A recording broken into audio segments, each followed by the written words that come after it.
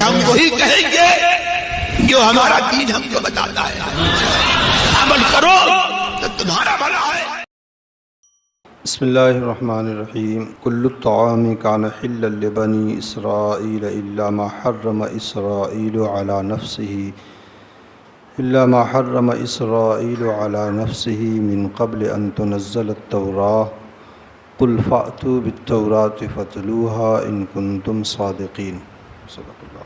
سب کھانے بنی اسرائیل کو حلال تھے، الا ما حرم اسرائیل علی نفسه من قبل ان تنزل التوراة، مگر وہ چیز جو یعقوب نے اپنے اوپر حرام کر لیا تھا توریت اترنے سے پہلے۔ قل فأتوا بالتوراة فاتلوها ان کنتم صادقین، اے محبوب تم فرماؤ کہ توریت لا کر پڑھو اگر تم سچے ہو۔ یہودیوں میں ایک بڑا برا رواج تھا حرام خوری کا۔ وہ ناجائز و حرام چیزوں کو کسی نہ کسی طرح کی تعویل کر کے اسے کھا لیا کرتے تھے اور اپنے لیے جائز اور حلال کر لیا کرتے۔ کچھ جانوروں کی چربیاں ان کے اوپر حرام تھیں، تو ان لوگوں نے ان چربیوں کو کھانے کا یہ طریقہ اپنایا کہ ان کو پگھلا کر کے تیل بنا لیا اور اس کے بعد کھانے لگے، کہنے لگے یہ چربی تھوڑی نہیں، یہ تو تیل ہے۔ اسی طریقے سے سود جو اللہ تبارک و تعالیٰ نے حرام فرمایا ہے، اور سود خور کے ساتھ اللہ تبارک و تعالیٰ نے اعلان جنگ فرمایا ہے، اس کے بارے میں بھی وہ کہتے تھے کہ انما البیع مثل الربا، جیسے خرید و فروخت ہے اسی طریقے سے جو ہے یہ سود ہے۔ پیسہ اس میں بھی لگتا ہے تجارت میں، اور نفع کے طور پر ہمیں اس سے نفع ملتا ہے۔ پیسہ سود میں بھی ہم لگاتے ہیں، اس سے بھی ہمیں نفع ملتا ہے۔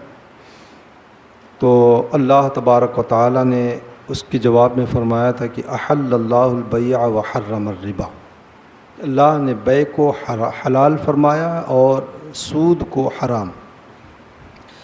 اللہ تبارک و تعالیٰ اگر چاہتا تو بے شمار دلائل دے دیتا سود کے حرمت پر، لیکن اللہ نے جواباً ارشاد فرمایا ہے کہ اللہ نے خرید و فروخت کو حلال کیا ہے اور سود کو حرام کیا ہے۔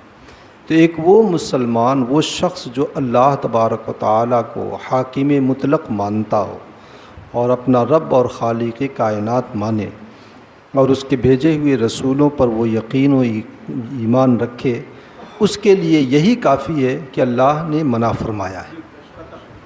باقی اور اس کی کوئی دلیل ہماری عقل میں اس کی حرمت سمجھ میں آئے چاہے نہ آئے، اتنا کافی ہے کہ اللہ اور اس کے رسول نے منع فرما دیا۔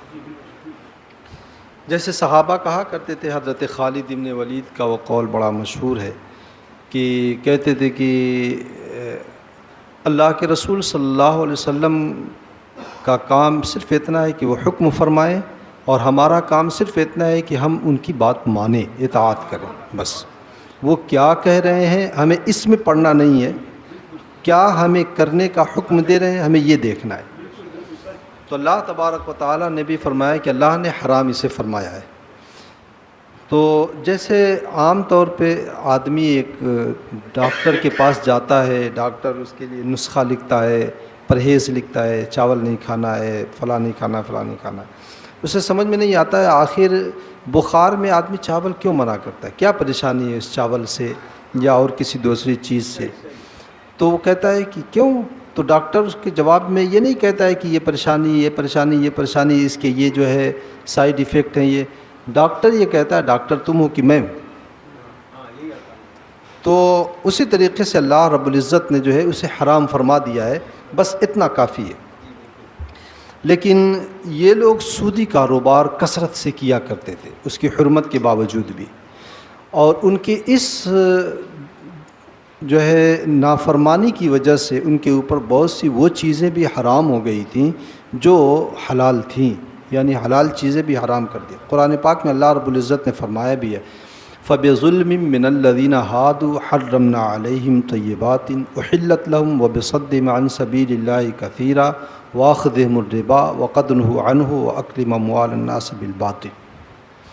اس ظلم و زیادتی کی وجہ سے جو یہودیوں نے کیا، ان کے اوپر حلال چیزیں حرام کر دیا ہم نے۔ ظلم و زیادتی وہ کیا چیز ہے؟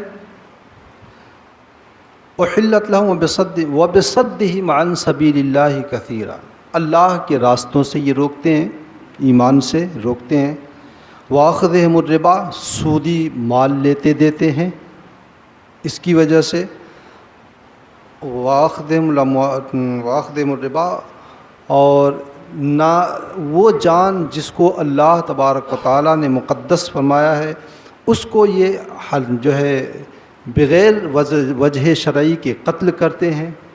اور اسی طریقے سے جو ہے اللہ تبارک و تعالیٰ نے فرمایا کہ وَقَدْ نُهُوا عَنْهُ وَأَكْلِهِمْ أَمْوَالَ النَّاسِ بِالْبَاطِلِ، لوگوں کا مال غلط طریقے سے یہ کھا لیتے ہیں، ہڑپ کر جاتے ہیں، جسے غصب کر جاتے ہیں۔ اس کی وجہ سے حلال چیزیں بھی ان کے اوپر حرام کر دی گئی۔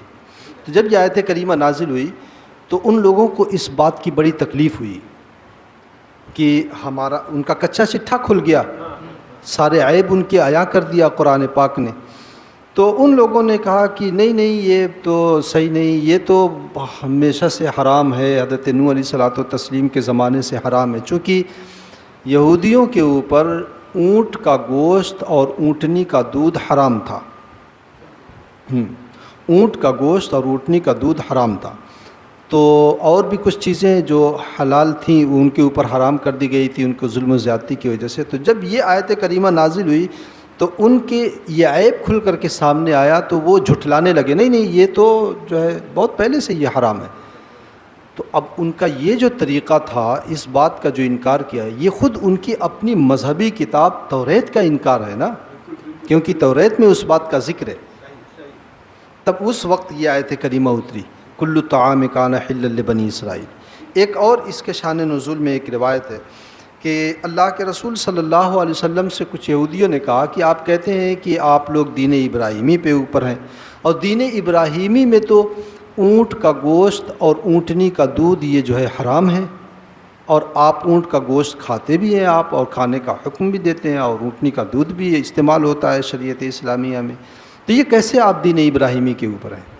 تب یہ آیت کریمہ نازل ہوئی کہ یہ حضرت ابراہیم کے ایام میں نہیں، حضرت یعقوب علیہ الصلوۃ والتسلیم نے اپنے اوپر اسے نذر مان کر کے اسے جو ہے حرام کر لیا تھا، تو اس وقت سے یہ حرام ہو گیا ہے۔ اور حضرت یعقوب علیہ الصلوۃ والتسلیم حضرت ابراہیم علیہ الصلوۃ والتسلیم کے پوتے ہیں، حضرت اسحاق کے بیٹے ہیں، تو ان کا جو یہ الزام تھا کہ دین ابراہیمی میں یہ حرام ہے، یہ غلط تھا، تو اس کی تغلیظ کے لیے یہ آیت کریمہ اللہ تبارک و تعالی نے نازل فرمائی۔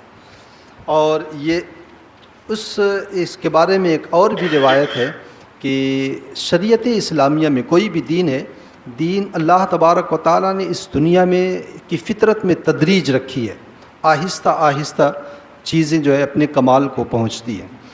اسی طریقے سے دین اسلام میں بھی پہلے کچھ چیزیں جائز تھیں، پھر اسے آہستہ آہستہ کر کے اسے سختی کی گئی، جیسے شراب کے بارے میں، شراب ابتدائی اسلام میں باقاعدہ پی جاتی تھی، تو پہلی مرتبہ سوال ہوا تو حکم آیا کہ لا تقربوا الصلاۃ وانتم سکارا، نشے کی حالت میں نماز کے قریب مت جاؤ، یعنی نشے کی حالت میں تم نماز نہ پڑھو۔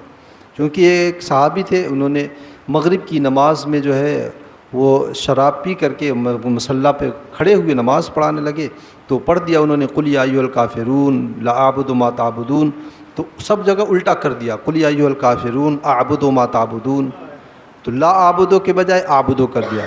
لا اعبد ما تعبدون کا مطلب یہ ہے کہ اے کافروں، جس کی تم پوجا کرتے ہو ہم اس کو نہیں پوجتے، اور اعبد ما تعبدون کا ترجمہ ہو گیا کہ جس کو تم پوجتے ہو ہم اسی کو پوجتے ہیں۔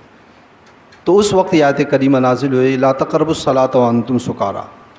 تو اس وقت وہ صحابہ کرام جن کے اندر خیر کی صلاحیت زیادہ تھی، ان لوگوں نے کہا جو چیز ہمیں نیکی سے روکے ہم اس کے قریب بھی نہیں جائیں گے۔ وہ پہلے سے بھی نہیں پیتے تھے، یا پیتے تھے تو وہ اس آیت کریمہ کے نزول کے بعد چھوڑ دیا انہیں۔ پھر اس کے بعد جب عرض کیا گیا تو وہ آیت کریمہ نازل ہوئی کہ یسألونک عن الخمر والمیسر قل فیہما اثم کبیر ومنافع للناس وإثمہما اکبر من نفعہما. اے محبوب تم سے لوگ جوئے اور شراب کے بارے میں پوچھتے ہیں، تم فرما دو کہ اس میں نفع بہت ہے اور نقصان بھی ہے، یعنی گناہ بھی ہے اور نفع بھی بہت ہے، لیکن اس کا گناہ اس کے نفع سے بڑھ کر کے ہے. وإثمہما اکبر من نفعہما، ان کا گناہ اس کے نفع سے بڑھ کر کے. تو وہ صحابہ کرام جو ابھی بھی جو ہے شراب کو استعمال کیا کرتے تھے، ان لوگوں نے کہا جب اس میں جو ہے نفع کم ہے اور گناہ زیادہ ہے، انہوں نے چھوڑ دیا.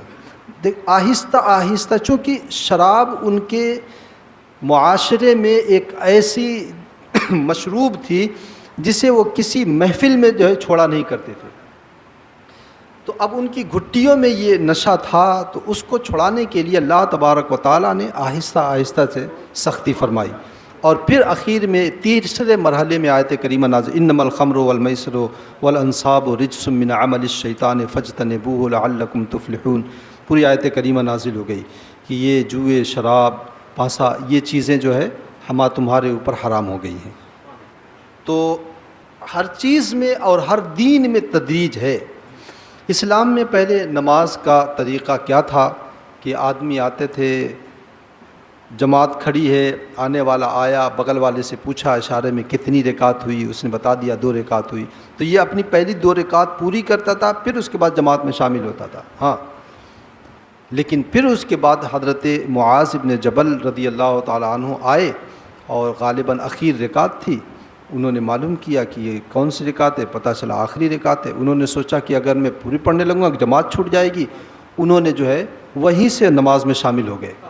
اور پھر اس کے بعد جو ہے جب اللہ کے رسول نے سلام پھیرا تو کھڑے ہو کر کے اپنی نماز آپ نے پڑھی. تو حضرت معاذ بن جبل اللہ کے رسول صلی اللہ علیہ وسلم نے کہا کہ قد سن لکم معاذ سنتا فاتبعوها. معاذ نے جن کی جماعت سے کچھ رکعتیں چھوٹی ہیں، اس نماز کو پڑھنے کے لیے ایک ایسا طریقہ ایجاد کیا ہے، تم لوگ اب اسی طریقے سے پڑھا کرو. اس کے بعد سے نماز اس طریقے سے پڑھی. تو ہر مذہب، ہر دین میں تدریج ہوتی ہے. تو پہلے کچھ چیزیں حلال ہوتی ہیں، پھر بعد میں حرام ہو جاتی ہیں. اسے کہتے ہیں نسخ، منسوخ ہو جانا. پہلے یہ حکم تھا، بعد میں منسوخ ہو گیا. تو اسلام میں بھی ایسی بہت سے احکامات ہیں جو پہلے حلال تھے، بعد میں حرام ہو گئے، پہلے حرام تھے، بعد میں حلال ہو گئے. تو اس چیز کو یہودیوں نے جب دیکھا تو ان لوگوں نے کہا کہ یہ تو جس دین میں جو ہے پل پل میں حکم بدلیں، وہ دین کوئی دین الہی تھوڑی نہ ہوتا ہے. تو ان لوگوں نے، وہ مسلمان جو کمزور تھے یا جو ابھی ایمان میں پختگی نہیں آئی تھی، ان کے ایمان میں شکوک و شبہات کرنا شروع کیا. تب یہ آیت کریمہ نازل ہوئی کہ تمہارے جو ہے جس قوم سے تم لوگ ہو، اس دین اور مذہب میں بھی اس طرح کے جو ہے نسخ پائے جاتے ہیں. اگر تم جو ہے انکار کرتے ہو تو لاؤ توریت پڑھو اور ابھی کھل کر کے سامنے آ جائے گا. تو اس وقت یہ آیت کریمہ نازل ہوئی. کیا فرمایا؟ کل الطعام کان حلا لبنی اسرائیل. سب کھانے بنی اسرائیل کے لیے حلال تھے. بنی اسرائیل سے مراد حضرت یعقوب علیہ الصلوۃ والتسلیم کی اولاد. الا ما حرم اسرائیل علی نفسہ، مگر وہ جو اسرائیل نے یعنی یعقوب نے، حضرت یعقوب علیہ الصلوۃ والتسلیم کا نام جو ہے اسرائیل تھا یا لقب اسرائیل تھا. اسرائیل جیسے ہمارے عربی میں جسے عبداللہ کہتے ہیں، ویسے اسرائیل ہے عبرانی زبان میں. مگر یعقوب نے جو اپنے اوپر حرام فرما لیا تھا. حضرت یعقوب علیہ الصلوۃ والتسلیم کو عرق النسا کا مرض تھا. وہ عرق النسا جو ہے پیچھے سے پٹھے سے ایک نس ہوتی ہے جس میں تناؤ پیدا ہوتا ہے تو کافی تکلیف ہوتی ہے. تو اس میں اس کی وجہ سے کافی تکلیف ہوتی تھی. تو حضرت یعقوب علیہ الصلوۃ والتسلیم نے یہ نذر مانی تھی کہ مولا اگر میرا یہ مرض، مجھے اس مرض سے شفا مل گئی تو میں سب سے پسندیدہ مرغوب ترین جو میری غذا ہے میں اسے اپنے اوپر حرام کر لوں گا. تو اللہ تبارک و تعالیٰ نے ان کی یہ نذر پوری کر دیا اور انہیں شفا مل گئی. تو ان کی سب سے مرغوب ترین جو غذا تھی یہی اونٹ کا گوشت اور اونٹنی کا دودھ. تو انہوں نے اپنے اوپر یہ حرام کر لیا. جب انہوں نے اپنے اوپر حرام کیا تو بنی اسرائیل جو ان کی اولاد تھی ان کے اوپر بھی یہ حرام ہو گیا، ان کے اوپر بھی اسے حرام فرما دیا گیا من جانب اللہ۔ اب یہ جو ہے جو ان کے اوپر، ان کی اولاد کے اوپر جو حرام ہوا وہ عذاب کے طور پر نہیں، بلکہ وہ اس طرح ہوا کہ اللہ کے محبوب بندے کا ایک یہ عمل ہے، یہ عمل اللہ کو اتنا پسند آیا کہ اب اللہ رب العزت کے جو ہے منشا اور اس کی مرضی یہ ہو گئی کہ میرے بندے بھی اس پر عمل کریں۔ اس سے یہ پتہ چلا کہ اللہ کے محبوب بندوں کا عمل جو اللہ رب العزت کی بارگاہ میں محبوب ہے، اس پر عمل کرنا اللہ تبارک و تعالیٰ کا منشا یہی ہے۔ آپ حج میں دیکھ لیں جتنے بھی اعمال ہیں سب کسی نہ کسی جو ہے اللہ کے محبوب بندے کی نقل ہے۔ جیسے حضرت نبی اکرم صلی اللہ علیہ وسلم جب عمرہ قضا کے لیے گئے تو صحابہ کرام بیمار تھے، بخار کی وجہ سے سخت ناتوانی کمزوری تھی، تو کفار جو ارد گرد حرم کے کھڑے تھے ان لوگوں نے دیکھا کہ یہ پتلے دبلے ہو گئے ہیں، تو تانا مار رہے تھے کہ مکے میں تھے اتنے صحیح و سالم تھے، صحت مند تھے، مدینے کیا گئے، بیماریوں نے ان لوگوں کو جکڑ دیا ہے، کسی لائق نہیں ہے۔ تو اللہ کے رسول صلی اللہ علیہ وسلم نے جب اس بات کا احساس کیا تو حضور صلی اللہ علیہ وسلم نے صحابہ کو حکم دیا رملو، رمل کرو، یعنی سینہ تان کر کے چلو جیسے پہلوان چلتا ہے۔ حالانکہ اس طریقے سے چلنا یہ اللہ کو پسند نہیں ہے۔ قرآن پاک میں اللہ رب العزت نے فرمایا ہے کہ لا تمشِ فی الارض مرحا، زمین پر اکڑ کر مت چلو، لیکن اللہ کے رسول نے خانہ خدا میں حکم دیا کہ رملو، اکڑ کر کے چلو۔ اس کا مقصد کیا تھا؟ مقصد یہ تھا کہ کفار کے اوپر اسلام اور مسلمانوں کا رعب اور دبدبہ بٹھا دینا، تاکہ ان کے اوپر یہ دبدبہ بیٹھے کہ ہاں مسلمان کمزور نہیں، اب بھی طاقتور ہیں۔ تو یہ مقصد، جس مقصد کے لیے اللہ کے رسول نے کیا تھا، یہ حکم دیا تھا، وہ مقصد تو اسی سال ختم ہو گیا۔ اس کے بعد تو پھر مکہ فتح ہو گیا، اب کفار کا وہاں پر آنا بھی منع ہو گیا، اب تو کوئی کافر نہیں رہتا ہے وہاں پر۔ لیکن آج بھی رمل سنت ہے، رمل کرنا آج بھی سنت ہے۔ یہ سرور کائنات صلی اللہ علیہ وسلم کی اداؤں کو اللہ رب العزت نے پسند فرمایا اور امت کے لیے اسے سنت بنا دیا۔ ویسے یہاں پر حضرت یعقوب علیہ الصلوۃ والتسلیم نے جو اپنے اوپر حرام فرمایا تو ان کی اولاد کے اوپر بھی اسے حرام فرما دیا گیا۔ اچھا، یہ کام توریت کے اترنے سے پہلے ہوا تھا، کیونکہ توریت حضرت موسیٰ علیہ الصلوۃ والتسلیم کے اوپر اتری ہے، اور حضرت یعقوب علیہ الصلوۃ والتسلیم اور پھر ان کی اولاد میں حضرت یوسف علیہ الصلوۃ والتسلیم، حضرت یوسف اور حضرت موسیٰ علیہ الصلوۃ والتسلیم کے درمیان کئی سو سال کا فرق ہے۔ پھر حضرت موسیٰ علیہ السلام تو تسلیم 400-500 سال کے بعد آئے، تب توریت اتری ہے۔ تو توریت کے اترنے سے تو یہ جو ہے بہت پہلے کی بات ہے۔ تو تم کیسے یہ کہہ رہے ہو کہ حضرت نوح کے زمانے سے یہ حرام چلا آ رہا ہے یا دین ابراہیمی میں یہ حرام تھا؟ اگر تم سچے ہو فاتو بالتورات، لاؤ توریت فتلوہا، اسے پڑھو اور پڑھ کر کے دکھاؤ دلیل اگر تمہارے پاس ہو تو۔ ان کن تم صادقین، اگر تم اپنے اس دعوے میں سچے ہو۔ تو توریت لا نہیں سکے، شرمندہ ہو گئے اس بات پر۔ اس سے یہ پتہ چلا کہ اللہ کے رسول صلی اللہ علیہ وسلم کو اللہ تبارک و تعالیٰ نے غیب کی خبر دیا تھا۔ توریت حضرت موسیٰ پر اتری، اور لیکن اس کے باوجود اللہ کے رسول دعوے سے کہہ رہے ہیں کہ لاؤ توریت لے کر کے آؤ اور توریت پڑھو۔ تو یہ آقائے کائنات صلی اللہ علیہ وسلم کا غیب تھا۔ اور اس آیت کریمہ سے یہ پتہ چلا کہ اللہ کے محبوب بندوں کا عمل جو ہے اپنانا، یہ اس عمل کی بارگاہ خداوندی میں قبولیت کی نشانی ہوا کرتی ہے۔ اللہ تبارک و تعالیٰ کی خود یہی مرضی اور منشا ہے۔ اللہ کے رسول صلی اللہ علیہ وسلم نے یہ نہیں فرمایا جیسے قرآن میں بتایا گیا ہے نماز اس طرح پڑھو۔ اللہ کے رسول نے فرمایا صلو کما رأیتمونی اصلی، مجھ کو جیسے نماز پڑھتا ہوا دیکھو اس طرح نماز پڑھو۔ ایک بزرگ ہیں، نام یاد نہیں آ رہا ہے مجھ کا، انہوں نے فرمایا ہے کہ 4 چیزیں جب تک بندے کے اندر پائی نہیں جائیں گی وہ مومن کامل ہو ہی نہیں سکتا۔ اس میں سے ایک چیز انہوں نے بتائی ہے، وہ یہ کہ نماز اور عبادات سنت کے مطابق وہ ادا کرے۔ اگر خلاف سنت ادا کرے گا تو پھر جو ہے اس کی قبولیت کی کوئی وہ نہیں ہے۔